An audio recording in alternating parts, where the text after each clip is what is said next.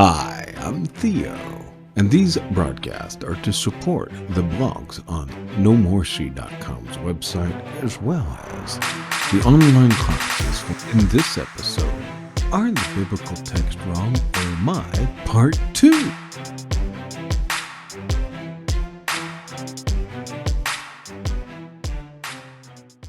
Welcome back to the No More Shea broadcast, where we continue our discussion on are the biblical text wrong or am I in part 2. All I'm trying to say in this broadcast is I don't want any single reading to be superior.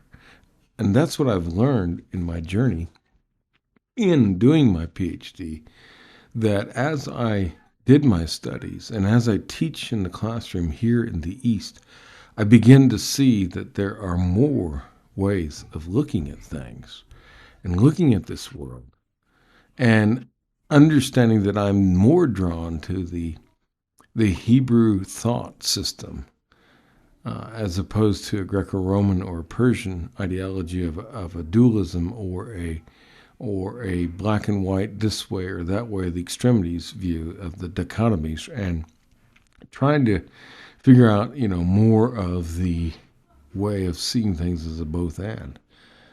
And for the Hebrew people to survive, that's amazing that their thought system, and they're misrepresented, and we have dealt with these terms on this channel and other episodes like monotheism. But their ability in their time period in their writings to cross all of these cultures and to participate in these stories, and as we have illustrated in other broadcasts, how they come late to the discussion, but their lateness coming to the discussion, how they put it all together, and it's not along the lines of what is often labeled as syncretism. That's not what they're doing. I think what they're trying to do is see truth as the best expressions of all voices. And I'm guessing the reason why I see this is because I come at the text using comparative studies, where I compare the religions of the West Asian, ancient Near Eastern context, all the religions. And so when you compare those, and then out of that comes one that is the best expression. And then I'm wondering today, if we do comparative religious studies and comparative theology, and we take all the aspects of all the theologies and see how they correspond and bring it over into a practical approach and see who has the best ways of doing things, can that not lead to a better way of doing things? Instead of saying that exclusively our way is the only way, to the exclusion of listening to other voices and not allowing for the dialogue, but only having a monologue, and that's it, as if this brand of truth is the only truth. At the same time, and to some, it may seem like that I am compromising, but I don't want to compromise because I still firmly believe that the truth that I understand thus far is the best truth, is the best way. But I want to be able to have an open dialogue with others so that I can better my own understanding of my own theology, at the same time getting a better understanding of theirs. And maybe through that dialogue, I will come out all the much better, rather than me canceling voices and I become stagnant. And what I believe is no longer dynamic or transformative, but it is just me repeating words that no longer will resonate because I do not allow them to speak afresh and anew to different contexts as they come up. And then figure that out of that came Yahweh speaking to people across time, across geographical boundaries, and people understanding through natural revelation and through whatever special revelation they could get, that they have gotten some of the truth. And their expressions should not be ruled out entirely without further digging in and seeing. And as I've said many times on this channel, that there's some guru, and I'm not sure who it is, if it was Gandhi or something, but I've been told that there, from people in South India, that there is someone in among their gurus that have said that how can you trust Christianity because even they can agree about their Christ. Yet at the same time, when you talk to those within the Hindu religion, which has, upwards crossing 300 million gods, and you talk to any two Hindus, where do they agree? And if you talk to people on the street, what their view is, and then you try to dig in through academics and try to find out what the actual belief system is. So people on the street are going to marginally have differing viewpoints as to how they perceive their religion and their world and how they perceive what devotion to their God is. And it's largely going to be understood differently as you talk to different ones and they're understanding the perspectives, just like I often relate to my students, that your mother may cook chicken differently than my mother, but it's still chicken. And so there may be truth to be had. So I'm wondering how much we push the exclusivity of our brand of truth over others to the exclusion of those people, that cuts off dialogue, that does not allow for us to openly engage them, where we can have an honest, open dialogue and understanding who has the best understanding of what it means to be a human and who is doing a better job of being human and who is not. And these extremities, whether you're far extreme on one side or the other, is not helpful. And I don't want it to come across as watering down one's understanding at all. As a matter of fact, that's the point. When we talk about understanding, we're trying to stand under someone else's thought system. We're trying to be able to figure out what they're standing upon.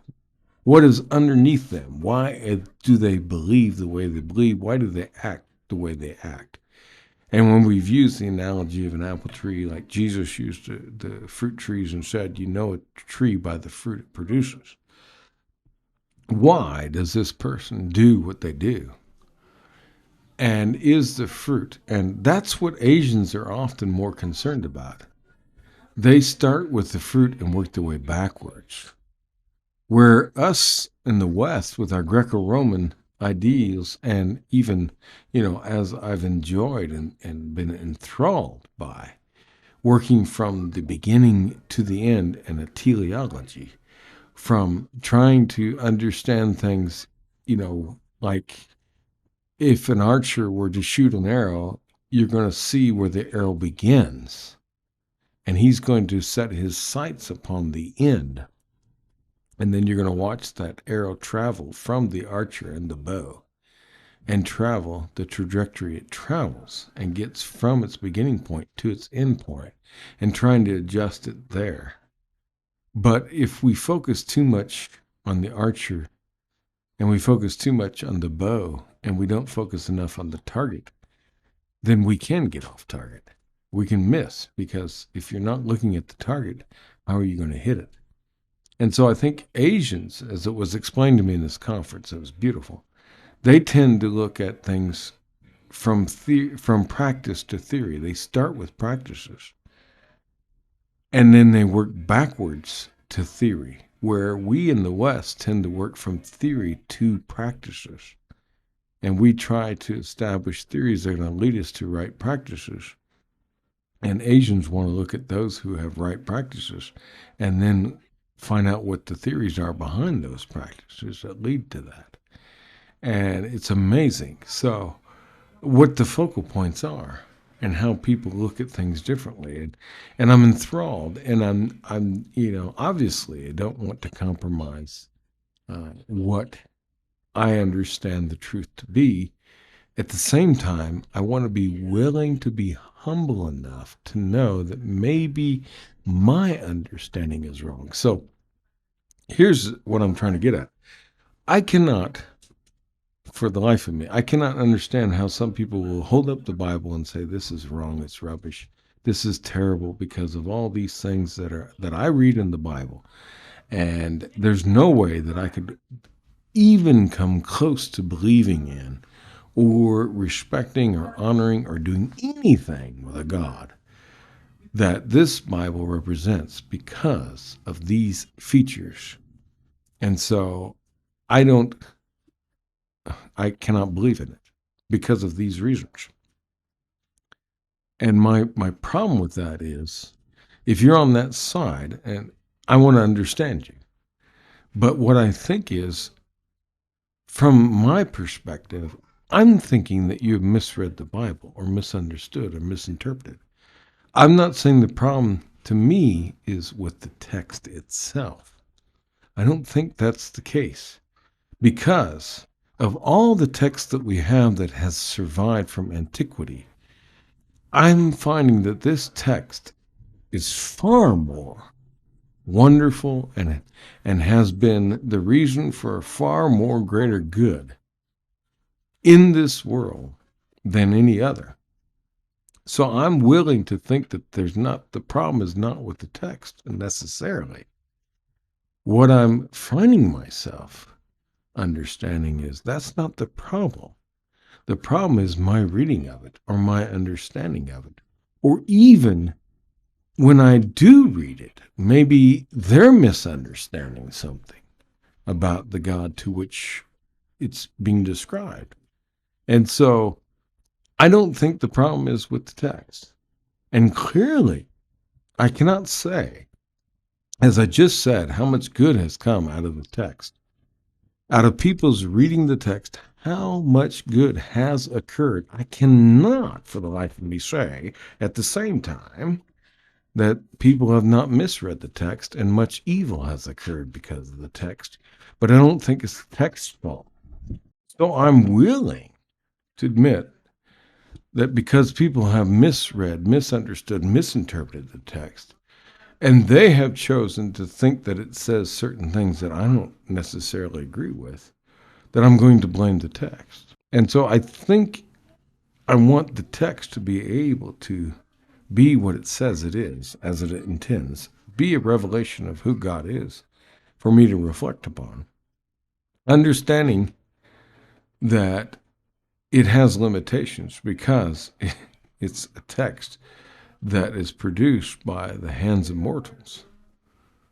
So I understand it has certain limitations, but at the same time, I am able to revere its majesty and understand it to be superior to other works. So, for instance, I recently participated in a podcast where the scholar, talks about the Apostle Paul in less than perfect imagery. And I can agree with him, understanding myself that Paul is in no way perfect, but he's a lot better than I am. He's a lot better than most people I've ever met, and he's probably one of the best Christians who have ever lived. But I dare say at the same time, I want to understand that he's not perfect, and he could have made some mistakes. And I'm willing to bet that there are things that Paul said, did, or said that are not recorded for us. And we don't have those things. And if we had them, would we, in any discernment by the Spirit, be willing to, just because Paul wrote those things, put them in the Bible? No. At the same time, I'm willing to think that there are things that Paul wrote, like his mentioning of a letter to the Laodiceans, his mentioning of it, what scholars have added up that there are at least 4 times that he corresponded with the Corinthian church, and how many of those that we actually have. Obviously, do we have the complete copies of any letter that he wrote to the Corinthians? Maybe. But can we say 100% that what we call 1 Corinthians and what we call 2 Corinthians, are we willing to say that those are pristine? That they're not fragmented in any way. We're not missing parts, because scholars debate that whether certain parts of Corinthian correspondences are missing or brought together, and that there may be 2 pieces brought together in 2 Corinthians to make it, and it's actually parts of 2 different letters, and they kind of say what, I mean, how many times do you read a book and you underline certain things, and you don't underline others? And how many times you share those on Facebook or whatever social media, Twitter or whatever, but you don't share the other parts? And when you talk to someone about a movie you've seen or a book you've read or something you experienced, how much you leave out? That's not important. And so I think that in combination with the Holy Spirit and God's people, we have what we have today as the Bible. And we understand that there are other letters, as I've mentioned, other writings that are not, that even brought up, like the book of Jasher, as I've brought up many times, that even though there's a copy floating out there, we understand that to be a fake that's relatively young compared to what should be the book of Jasher if we were to find an extant copy. And so there are plenty of writings out there in the ancient world that we have from antiquity that we do not include as a part of our Holy Scriptures. At the same time, there are things that we don't have that we wish we did, but we just don't have them. And they're talked about, but they're missing. And at the same time, there are things that were written, and it's possible that, we just, wouldn't have included them if we had them. So there's no way in my mind that if Paul wrote other things, that would we have put them in the Bible? Not necessarily, and not necessarily should we have. So we're not making Paul out to be some holy person to the extent that everything he wrote must be a part of the Scriptures, and everything that he said must be. And he never misspoke, and he never made a mistake, to the point that he was able to write an epistle to the people at Laodicea and ask others to read that, but it's not kept for us today for whatever reason. It wasn't preserved. God saw fit that didn't happen, and I'm fine with those things. To understand that, not everything that I have read, as I've studied in academia, not everything stands up. Not everything holds up. Not everything do I agree with even the authors that I often find myself resonating with. There are things that they write that I don't agree with. And I'm sure there's things on my channel that after some time that I produced on this channel, after some time, I may not agree with myself. I'm willing to be fluid in changing my thinking, that I can know, as I told a pastor at a recent conference, that think about what you used to believe 10, 15 years ago and wonder where you might be 10, 15 years from now. Think about those things. Think about that.